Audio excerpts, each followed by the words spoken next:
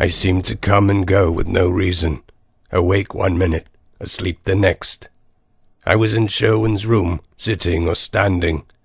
Candles were burning, and there was a wild, peaceful scent of sage and death smoke. He lay in the bed before me, in a sickly, conflicted fever that wetted his forehead and dried his lips. His eyes were burning wide, his mouth blackly open.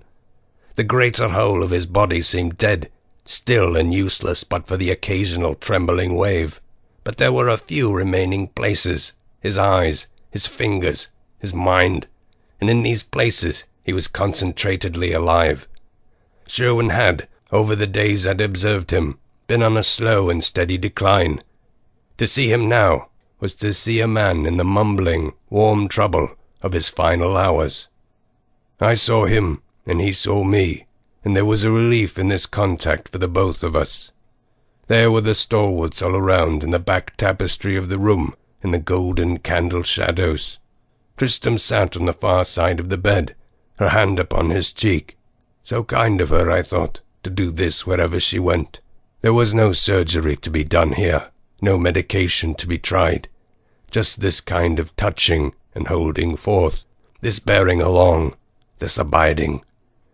Though he squirmed and buckled against whatever went unfastening within his body, he did not seem frustrated, or bothered, or frantic, or engaged in any attempted escape or rejection of what was happening. On the contrary, he was absolutely tuned for it.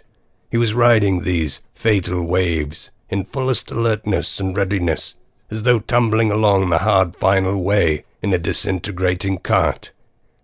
Dying was an exertion toward, a participated action, like eating or breathing, both directed and autonomic.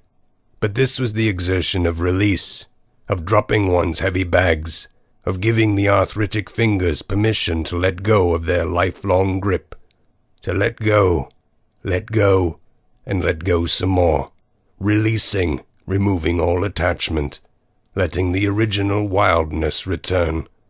Sherwin filled the entire area of my concentration. So strongly was my observation of him, and so obscured was my body with paralysis, that rather than being a person in the room, I was more like the space of the room itself, and even inside that, becoming the wide-open space of his death. I made warm room for him, made wide the ocean bed upon which he would soon lay. I welcomed him with the arms of the universe. And there came the sensation of his needing assistance, and I moved into his body like a strange night nurse, to take on some portion of that burden of his pain, and therein, like a morphine ghost, to inhabit the rockiest briar and absorb the sharpest cut, that his path be clear in its final stretch. Us two together now, wordless. Something absorbed and moved off. Something came and then departed. Something occurred and went back. I was holding the power of his heart as he held mine, and we lay together in a blind embrace, knowing only the fullest expression of life. For us both then, everything was forgotten, and then again redoubled and remembered afresh. In a rushing rainbow crystal, every image, every story, every observation of my life in a torrent of light, and I said farewell to each, in the only way one can, with the kiss of forgiveness. There was a rapidly arriving sense of churning hard and upward through a thick liquid, our bodies cutting to the distant surface. For so long I had descended, and now we were coming up for air, hastening with lightning speed, upward, upward, upward in a hot foaming explosion, until suddenly the surface of the cold black sea glistened 1,000 miles below. We floated just here in the loose contour of the galaxy, in a liquid warmth of stillness and silence, and then soon we began our digression. My energy weakened, and I began to drop back toward the dark sea below, as he inclined into an unknown merger, neither upward nor backward, but somehow tucking into the very fold of the green-black sparkling sky. There are no words that handle it, and no way to express the final and fundamental shift in my perspective at the moment of our death. Much later on, I wrote down the following, but it does no justice to the simple truth. To know that nothing can be saved, held, or kept.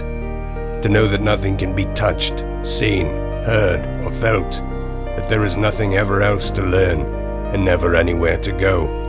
Nothing to add, increase, enlarge, better, further. To release all custody over people, all intention over things.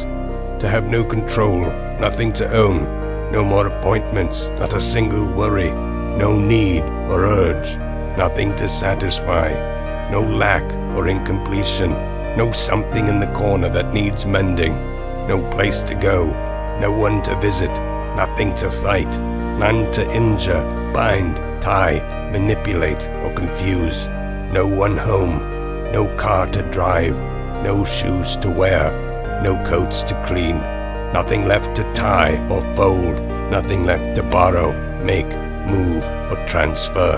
To know that one must travel deeply and steadfastly into the dream of one's own self, to explore the full weight of the tyranny of, and the suffering of, and the forgiveness of that which is called the original sin, which is itself alone and simply the illusion that one is a person, privately held, separate from all others, distinct from the world, a fragment set in space, complete unto oneself, and capable of unique action. To learn that what one calls real is in fact a dream. To learn that what one believes is itself the material to be transcended. The blessing of this grace is to be possessed by an indifference to anything not essential, and to surrender oneself endlessly into every moment without demand. To know that one dies into the vortex of one's birth, and that all beings, animals, and matter, whether stone or tree, bear forth from the self-same emptiness, and return there when complete. To die in one's own arms, as ever one has been, invisible, strong, transparent, clear, cradled thereby in the crucible of the hands of God, which is nothing but love, which is nothing but the universe, which is nothing but the self, which then in its fulfillment may be said to be comprised of this trinity alone, of atoms, motion, and the void.